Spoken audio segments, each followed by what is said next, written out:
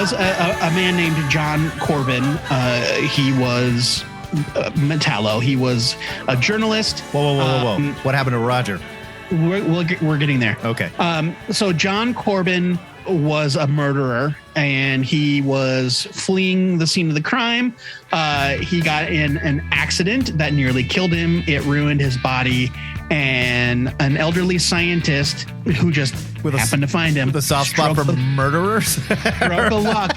Well, I mean, I guess he wouldn't know just by looking at it. I guess. So this scientist found this guy in a bad way, and he used his scientific know-how to transfer Corbin's brain into a robot body. John. And it had Corbin. like John.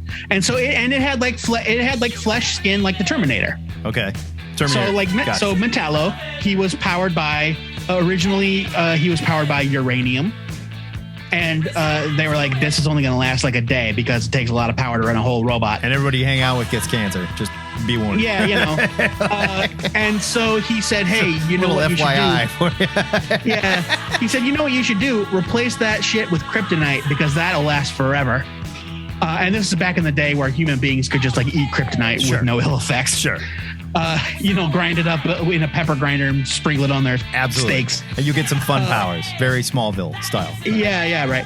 And so, that's John Corbin. And then he died in the 50s. So the original Metallo, not long for this world. He first appeared. John is the original Metallo.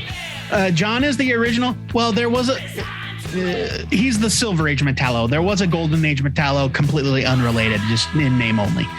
Roger Corbin, not Richard, which is something I struggled with the entire time you've been talking, is not calling him Richard Corbin. Not famous artist Richard Corbin, all right. Roger Corbin is John's brother, who debuted in the 70s, and he blamed Superman for his brother's death. And he went to a secret society or an evil organization, like an AIM, if you will, called Skull. It was the DC equivalent of like an AIM or whatever.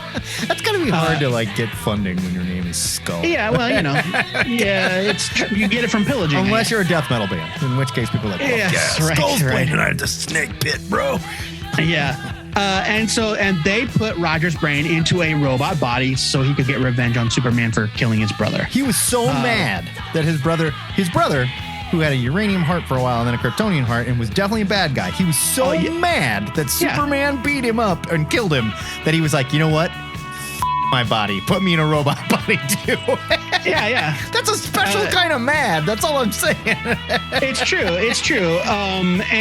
He wore. And so instead of being like the Metallo that we know, where it's just like giant weird robot guy that like shapeshifts. Right.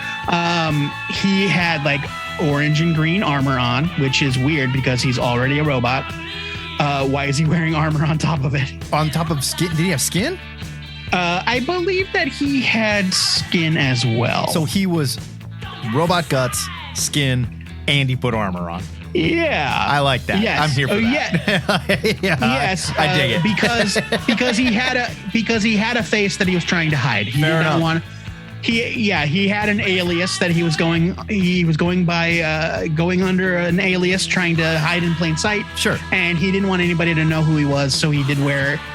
So he wore robot skin and then armor. Gotcha. So 3 layers of protection. He was like a 3rd grade teacher or something by day. So like, you got to go back to work and people can be like, Yeah, wait a minute, aren't you Metallo? exactly. You know, like, no, Right, what? yeah, exactly. Me? No. But he also had a kryptonite heart. And so, that's the Metallo from this story.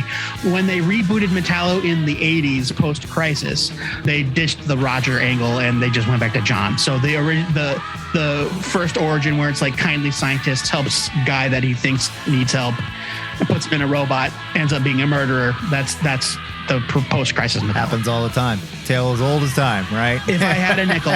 Come on. Here's your cautionary tale of why we don't just pull people out of burning cars and put them in robot bodies, people. There you go.